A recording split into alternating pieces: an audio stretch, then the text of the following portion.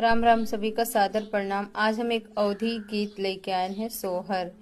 अगर अच्छा लगी तो कमेंट में जरूर बताओ।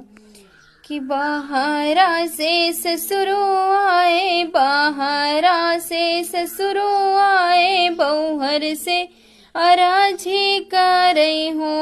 बौहर कवने कवने पाले खायू ललने बड़ा सुंदर, ललने बड़ा सुंदर हो। ससुरो तमामई खायोगा वधियायर में जा, पसिखायो में जा पसिखायो हो। ससुरो छिल छिले खायो नारी वलवा ललने बड़ा सुंदर, ललने बड़ा सुंदर हो। ससुरो छिल छिले खायो नारी